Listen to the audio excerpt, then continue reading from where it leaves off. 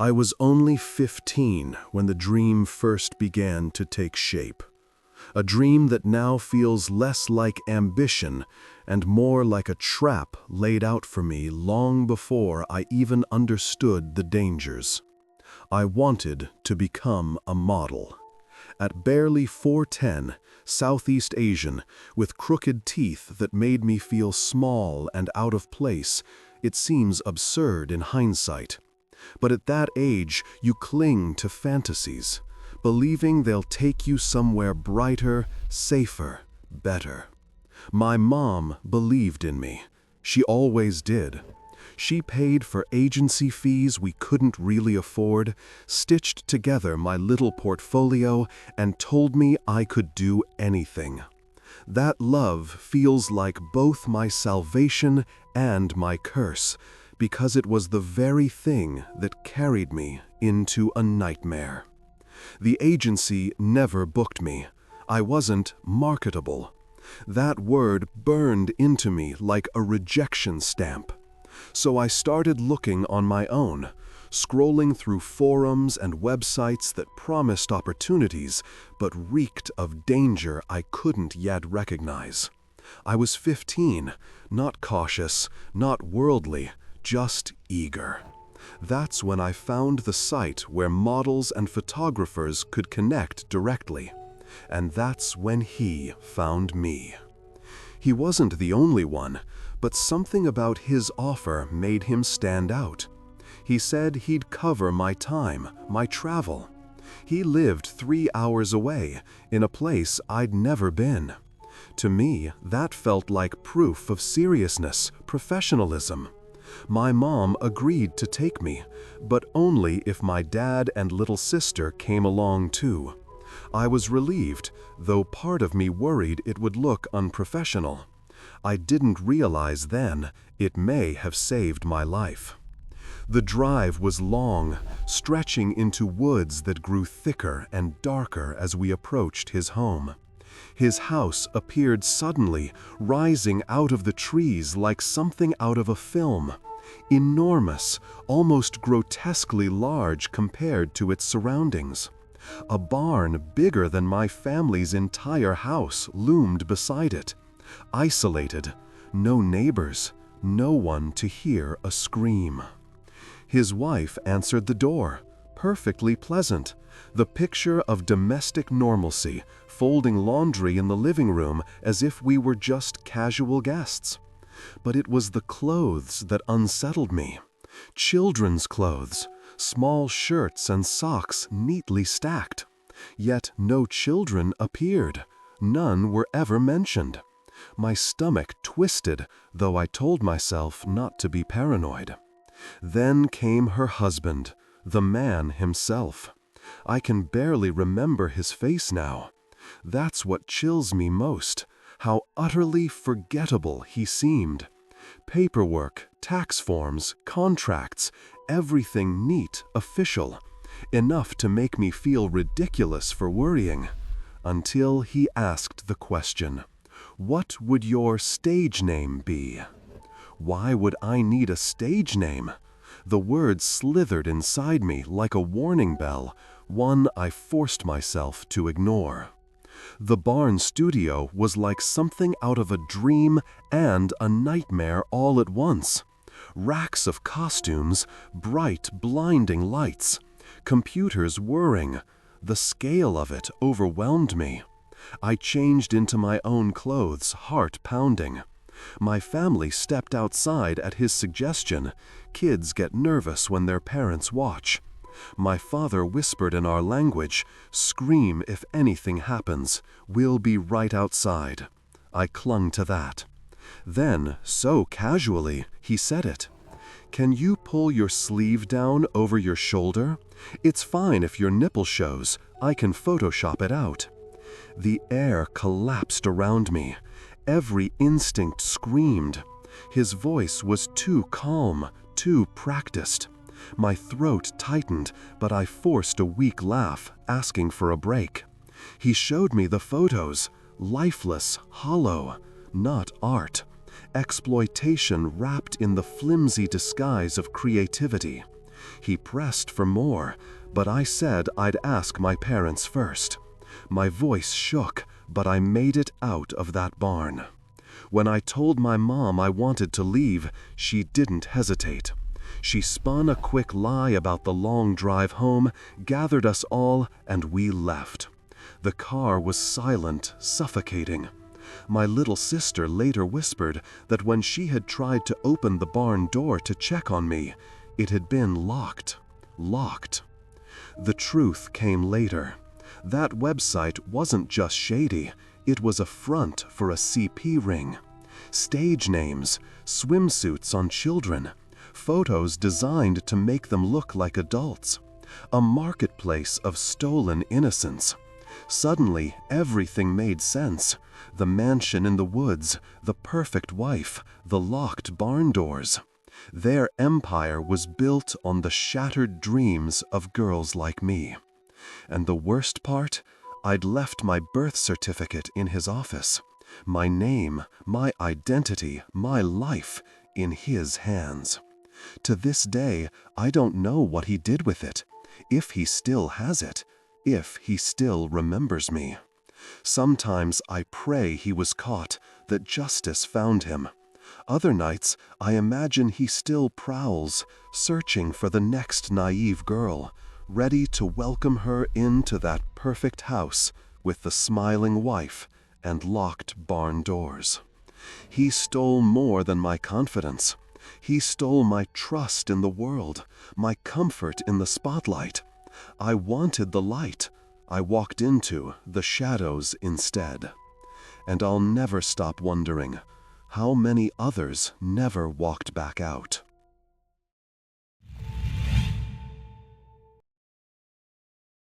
There's something about the night shift that strips the world down to its bones. When you're awake at 3 a.m., walking empty hotel corridors that echo with every step, you feel the weight of silence pressing in on you. I had worked nights long enough to know that strange things sometimes stir when most of the world is asleep, but nothing could have prepared me for the night I crossed paths with a predator who wore the mask of an ordinary guest. It was late 2020, and I was working the night audit shift at a chain hotel just off the interstate. I won't disclose the brand, but it was one of those names you see everywhere, so familiar that you hardly think twice about staying there. At the time, I was training a coworker, another woman in her mid-20s like me, to eventually take over the night shift. Night audit work has its quirks, but it usually carried more boredom than danger. Or so I thought. That night, after we finished the paperwork around 3 a.m., I decided to show her the different room types to help her get familiar with the property. It was quiet, almost eerily so, and the air felt too still as we rode the elevator up to the 3rd floor.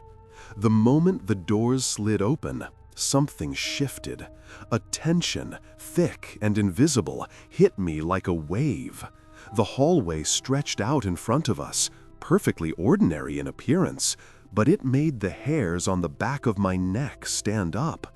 I'd walked that hallway countless times before, but this time it felt wrong. About halfway down the corridor, a man stood in the doorway of one of the rooms. His t-shirt clung to his body, damp with sweat, as if he'd been running or wrestling with something unseen. He didn't move. He didn't speak.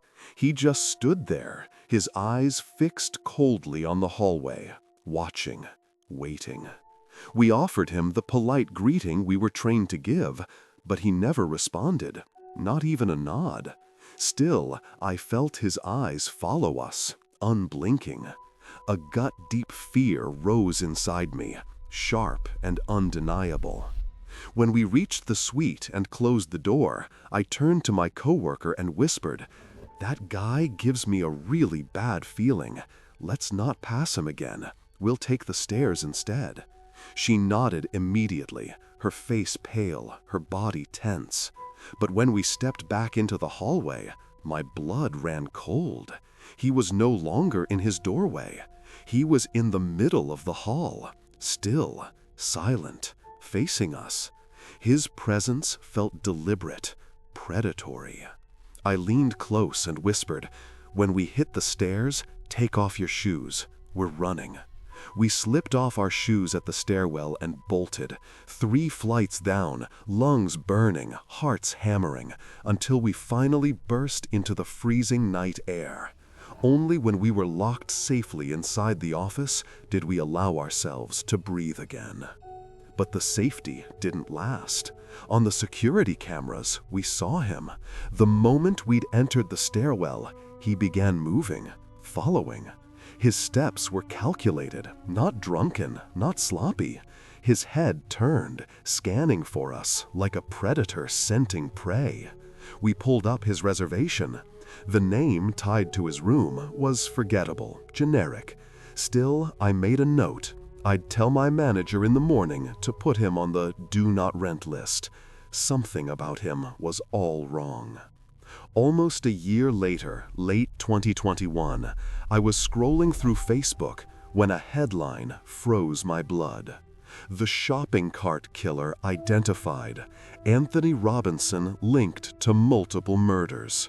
The mugshot stopped me cold. The face staring back from the screen, it was him. The man who'd followed us that night. The man who'd stood in that hallway like a shadow waiting to strike.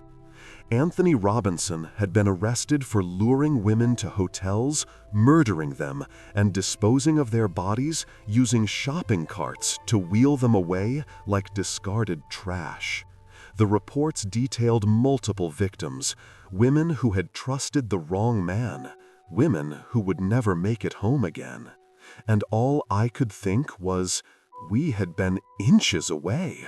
One wrong decision, one moment of hesitation, and we might have joined his list of victims. Even now, years later, I still feel the chill of his stare when I walk empty hallways on a night shift. Because once you've looked into the eyes of a killer and walked away, you never forget.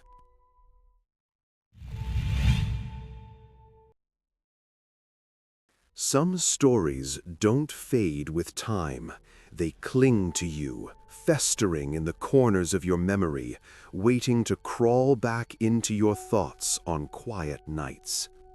This one happened a few years ago, but even now, as a 42-year-old man living just outside Portland, Oregon, it unsettles me in ways I still can't fully explain.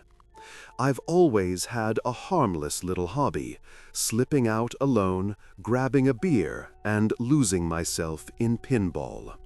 My wife has no interest in loud bars and flickering machines, so this has always been my thing.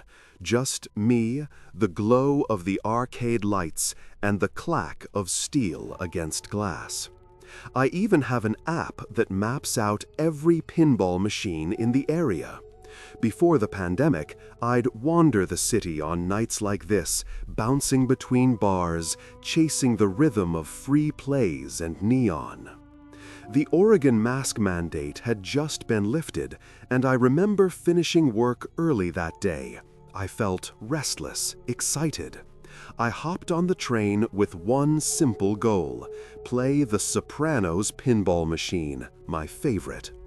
Crude, clever, and always enough to keep me busy for hours. The first bar was familiar, but the machine was broken, sluggish, barely worth playing. I downed my beer, pulled up the app, and saw another Sopranos machine nearby. A bar I'd never visited. Perfect. But what should have been a quick walk stretched into nearly 20 minutes thanks to road construction. I detoured through half-deserted streets, the sun bleeding out behind the city. Above me, hundreds of blackbirds swarmed in chaotic waves, their wings blotting out the last of the light. Their screeches echoed off the buildings, and I jogged to avoid the rain of droppings splattering on the pavement. It felt like a strange omen. The second bar was worth it. Good energy, great jukebox, friendly staff. The Sopranos machine worked perfectly, and I lost myself for a while. But the bathrooms were closed due to plumbing issues, and I'd already broken the seal. Reluctantly, I closed my tab, checked the app again, and noticed another nearby bar I thought had shut down years ago. To my surprise, it was back in business, and it had the same machine I was chasing. This third bar pulsed with life. Crowds packed in shoulder to shoulder, laughter spilling out from every corner. After using the restroom, I grabbed another beer and pushed through into a smaller arcade room off to the side. Empty, quiet. And there it was, a nearly mint Sopranos pinball machine, gleaming under the dim lights like it had been waiting just for me. I was one beer in, focused on the game, when the door opened. A younger man, mid-20s, maybe early 30s, walked in. He asked if I wanted to play doubles next round. Harmless enough. I introduced myself, and he launched into conversation. He rambled about being from New York, about how everyone's addicted to their phones, about how the world was falling apart. He had that tone, part bitterness, part desperation. I tried humoring him, even offering counterpoints about history, but the energy shifted when I asked why he'd come to Portland. His demeanor hardened. His answers turned evasive. He muttered that Portland was no better than New York, his voice dripping with something I couldn't quite name. My skin prickled. I took a sip of beer, focusing on the game, trying to ignore the uneasy current running through his words. And then he said it, casually, like we were sharing a private joke. He told me he had been following me all night, from the first bar. At first, I didn't understand. I thought he was exaggerating. But then he described the swarm of birds overhead, their screeches echoing as we both jogged beneath them. He described details of the construction detour, things he shouldn't have known. He even claimed he'd gotten into an argument with the bartenders at the second bar, though I'd seen none of that, which meant it must have happened moments after I left. The realization crawled down my spine like ice. He had trailed me bar to bar, unseen, unnoticed, watching. I forced myself to keep playing, my heart hammering so hard it drowned out the pinball machine's clatter. He kept talking, his words spilling out like we were lifelong friends. I checked my pockets subtly, making sure I had everything, ready to bolt. The second my ball drained, I grabbed my jacket, forced a polite pat on his shoulder, and left. I cut through the crowd, moving fast, doubling my pace toward the train station. I twisted down side streets, taking unnecessary turns, anything to shake the sense that eyes were on me. I made it to the train without incident, but I couldn't shake the crawling dread in my chest. I replayed his words, his smile, the way he casually admitted to following me for nearly an hour without me noticing. At best, he was a lonely, socially awkward man looking for connection in the strangest possible way. At worst, I don't even want to let my mind wander down that road. But sometimes, late at night, when I'm alone with a beer and the urge to play, I think about that man from New York, the one who followed me through the bars, step for step, like a shadow I never saw. And I hope, with everything in me, that our paths never cross again. Because something tells me that if they do, I won't walk away so easily the second time.